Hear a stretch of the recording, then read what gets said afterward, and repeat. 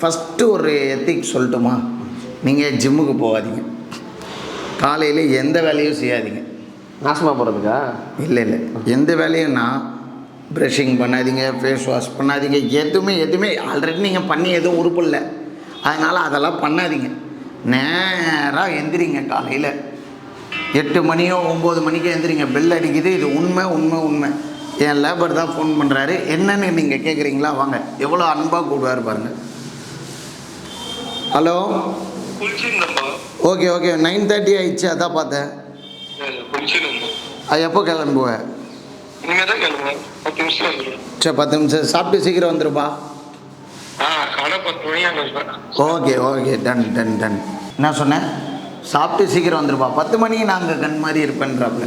ஏன்னா இந்த 1/2 hour late ஆனது காரணமே ஏன்னா நேற்று ஞாயிற்றுக்கிழமை நல்ல க்ரௌடு, ஸ்டாண்டிங்லேயே நின்றுருக்கோம் ஒரு 11 hours, அதனால லேட்.